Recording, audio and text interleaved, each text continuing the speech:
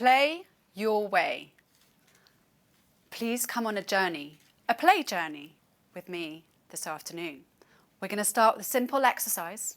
Close your eyes and think about your favourite play memory. Can you see it, feel it, smell it even? Now I'm going to ask you to raise your hands to a few simple questions. Was it outside? In nature? With other people? Adventurous? Slightly risky? Did it involve movement? I think that is a real indication of how play is not just creative and free, but also imaginative, adventurous, and just slightly risky. So I've been on a different kind of play journey. For the last 20 years, I've been a mum of 4 children. And they were the kids that were exploring the boundaries of the playground. They were on top of the play kits, under the lowest bush, impossible to find when it was time to go home. Always messy and fully immersed in any kind of play experience. So your play memory, my play memory, and their play memory. Here's the play experience of a man who lost the ability to use his legs when he got polio when he was 5. And this is the moment he got back into a swing as an adult, having been bound in a wheelchair.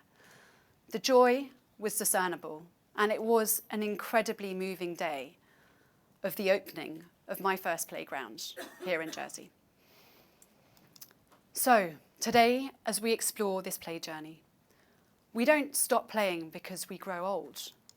We grow old because we stop playing. Thank you, George Bernard Shaw. But on a more serious note, we need to have a think about today's children. Before carbon monoxide measurers, coal miners took down canaries into the coal mines to detect the quality of the air. Was it safe for humans? Those canaries were indicator species. Are today's children indicator species? What are the escalating costs of childhood today? As we look around, we see a physical health decline. 400 million children globally are overweight and obese. And in our island community, 40% of our urban 10-year-olds are overweight and obese. By 2050, 70% of the population globally are going to be living in cities. How do we plan our urban environments better? Our teenagers are not meeting their daily activity quota of 1 hour. By 82%, that's high. Social and mental illness is also sadly on the rise, with 1 in 7 10 to 19-year-olds globally suffering from mental, emotional, and behavioural disorders, with 1 in 4 older teens reporting feeling lonely, also a global statistic. And adults in America, 1 in 2 are reporting loneliness. So this isn't something that miraculously gets better. How can we create societies that are flourishing? Special educational needs and sensory dysregulation is also on the up. 1.6 million UK children are needing additional support in the classroom. What can we do about this? Some scientists last century explored what happens where play and environment meet. Harry Harlow in the 50s and 60s spent a lot of time with rhesus monkeys, experimenting not just with their mothers, but with their peer group. So here's a lovely picture of monkey interaction. But when they were deprived of peer socialisation, they were unable to return to their peer group and form meaningful relationships. And neither were they able to parent well. Then in the 70s, Dr. Bruce Alexander exposed rats to 2 choices of water. 1 plain water and 1 drug-laced water. Those rats who were alone in those conditions chose the drug-laced water to the point that they could no longer drink or stay alive. However, the rats that were in an environment with each other, with friends, and play, they chose the plain water. So, what if we design play to mitigate today's childhood issues? Because play isn't just a key childhood marker, it's a key part of human flourishing. It isn't just a language for children, but as we grow older, it is a place of connection, not just with ourselves, but with each other. So, play spaces that entice you to move more, that draw you in and increase that daily activity, that also encourage you to socialise with one another, that gets the children away from their screens, to put down their smartphones and engage IRL, in real life. We are in a place where the URL, the digital diet, has become so dominant. How can we create an environment that helps us to make those healthy choices, just like the rats in Rat Park? Play spaces where we connect with nature, where the sensory input is coming from nature rather than digital input, two-dimensional. We need to go back to a place of connecting with all our senses. And risk. In an era of health and safety, where there's so much fear of liability, how can we grow competence? How can we grow resilience unless we overcome risk? So, this is the beginning of my play journey. 4 years ago, I moved to Jersey during the end of COVID, and my children were asking where the local play spaces were.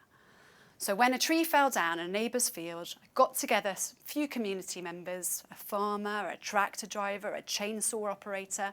We cut up that tree and we created a circle of continuous play and activity, not just connecting with nature, but that circular play that draws you to stretch up and across, to connect with one another, a place for the carers to sit and enjoy watching their children. Nature play. But not just nature play in the natural environment, but on the edge of the play spaces.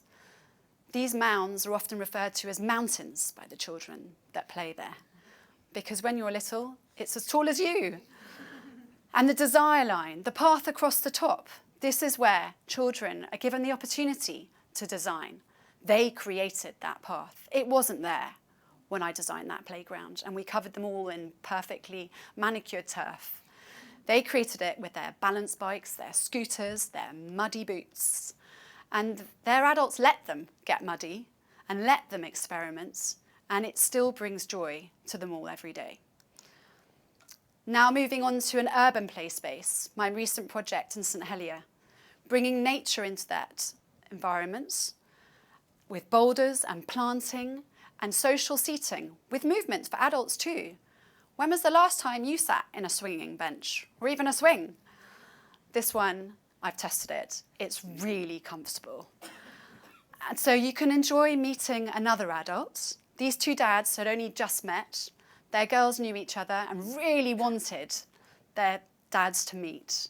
It captures a beautiful moment of connectivity, because a play space isn't just that. It's a therapeutic space for community connection and precious family time, father and daughter away from the busyness of life, connecting, and that little one stretching, practicing standing and hand-eye coordination.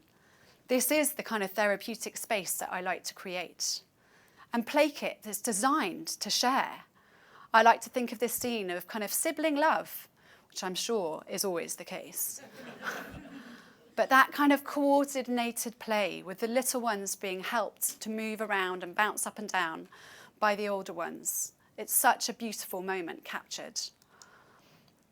This climbing dome is the pièce de résistance. 4 meters high, fully inclusive, accessible, and co-designed. The 2 girls in the bottom came into the design team and requested that slide, so we added it in. And then this is a photo from the opening. So the children here were here with their teachers, and guess what? They didn't stop them climbing over the top. That appetite for risk is so real. Let's give our children the chance to push the boundaries. Here a space, swinging to connect. Put the smartphones down and connect with each other in real life. Not just trying to touch feet, but making that precious eye contact, making new friends, finding old ones.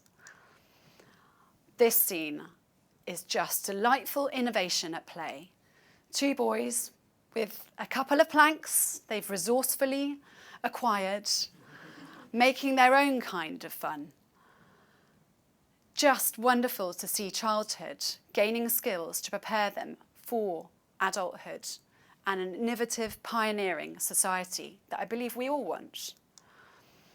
Again, pushing boundaries. This picture might look like kids trying to get into a locked playpen, but no, the gates were open, there were play spaces nearby, there was manicured gardens, plenty of opportunity to play as they should do. But no, they wanted to go for risk, go for challenge. And this little girl was so good at it. She just nipped up and then came back down. She'd clearly been practicing for a while. And it really illustrates the space between. This isn't just about the designated living spaces or play spaces that we have, but it's about how we use the spaces in between. This housing site also had play spaces, grass mounds, amphitheatres, pétanque, growing spaces. But where did the giggles and the bubbles of glee and joy come from? Well, bubbles of water, water guns. That's where the children were, because water is energy. And if we think back to our days of science lessons, energy cannot be created or destroyed. It can only be transferred, transformed. So that contagious energy, how can we tap into it? Play your way, our play journey. How can we allow our creativity to infect others, that contagious energy? Colour outside the lines. This is one of my favourite. We've all been trained to colour inside the lines for so many years. But how can we infect others with our creativity and our playfulness? In your lives, have a think about where you can inspire others to play more, to be the change. Communities that play together and plan together, that collaborate and co-design to co-produce for a different future. So please, don't put aside your play journey. Engage with it and share it. Thank you.